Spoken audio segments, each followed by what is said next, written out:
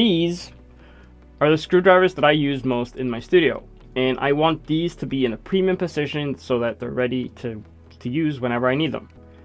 So what I've done is I've covered my wall with pegboard. Why pegboard and not a printed solution? Well, I'm mounting a monitor to it, so yeah, cost-wise this made sense. That does, however, bring up another issue. If I make a universal model for pegboards, then this won't work because pegboards are different in different countries. Most of the Nordic countries have this, and it's 12mm spacing with a 4mm hole, but you know, it varies. Now that's something we need to consider when we're making this model, because yes, I can just make it suit my needs, but if I can make it so that you can change it, then that's what I'm going to do. Now the plan is to just create a base that can mount to the pegboards, and then have a variable set to set the width of those two holes, and then how many holes does that bracket need to go through. Just a little heads up, that's what I'm designing, because you know, I shot things out of focus. But before we do that, let's hear from our video sponsor, Onshape. Whether you're a professional engineer, a hobbyist maker, or a student just getting started, having the right CAD software makes all the difference. What makes Onshape incredible is that it's entirely cloud-based, so it works on practically anything with a web browser, your laptop, tablet, phone, or a Chromebook. No heavy installations, no version control headaches, and sharing your designs with collaborators or clients is instant. When you sign up, you're automatically directed to the plan that fits your needs, whether you're working professionally, tinkering in your garage, or learning in the classroom. Stop letting your software hold you back. Onshape is the CAD system I use. Try Onshape Pro for free for up to 6 months at onshape.pro/CanRaw-creations. First thing we're going to do is get some base numbers going.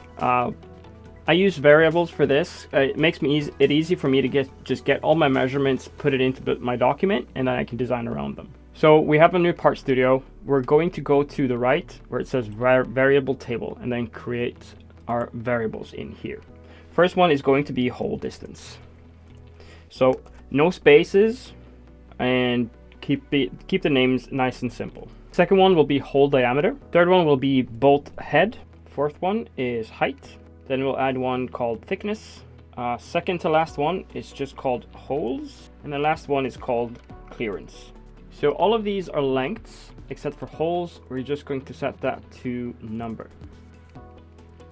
So to get some base measurements, the distance between the holes on my pegboard is 12mm. The diameter is 4. The bolt head on my bolts is 11. The height that I want to do these as a base is 20. We can always change these later. The thickness, I do like to have number 5. It's nice and rigid. Number of holes, right now I'm just going to set that to 5. And the clearance, I'm going to set that to 0.5. Now that we have all of our variables set, we can just start designing quickly and easily. So in our part studio, let's start a sketch on the front face. I'm going to click N on my keyboard. That'll give it the centering view. Next, I'll select my line tool, make a construction line, put a circle on the end, and then I'll repeat that on the other side. You can, of course, mirror this if you want to. This is just quick and easy. Next, I'll select a rectangle and put around it. Then I need to select these two lines and make them equal. That means that they are the same length away from the center point of this. Now we're going to start adding measurements. I'm going to add a dimension between these 2 points, and what I'll do is I'm going to set this to be hole distance. So hole distance, and then times holes. Next, I'll dimension one of these circles, and that will be the hole diameter. And what I'll do is I'm going to select both of these circles and hit E for equals. Next, I'll define the width of this object by selecting this line and this point, and I'll do a parentheses, and then I'll do the bolt head divided by 2, and then another parentheses, and then plus 2 millimeters.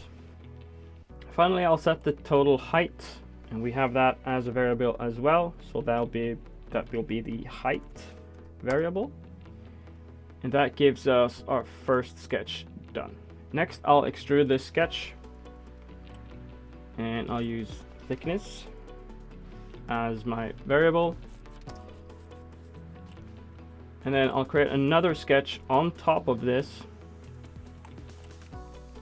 I'll select a circle on these existing holes. I'll make those two equals so they scale together, and then finally this one will be bolt head. Then I'll extrude these two circles by just 1 millimeter. What this does is it just emphasizes the bolts and makes it a little bit more decorative. I'll finish that off with a chamfer on this edge, and I'll set that to 1 millimeter. Now this is a really quick and easy little base that we can use for our design. Now if I open my variable table on the right, I can change the number of holes, and the part will scale accordingly. This just makes it easier for us to design a simple part, and then if we see that, oh, I need more distance between the holes, I can just go in, change that single number, and we are done. So that's my base done. That's pretty much it for the tutorial. So now let me just design the rest of the screwdriver holder. I don't see this to be any difficult or different than what I've already done. So I'll just design this, get it printed, and then throw it on the wall.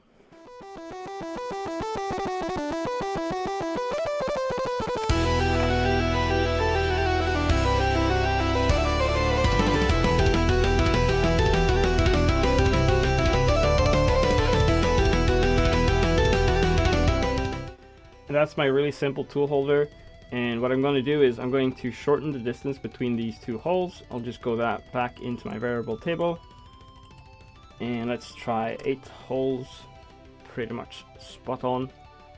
So I'll go ahead and get this printed, and let's have a look at it on the wall.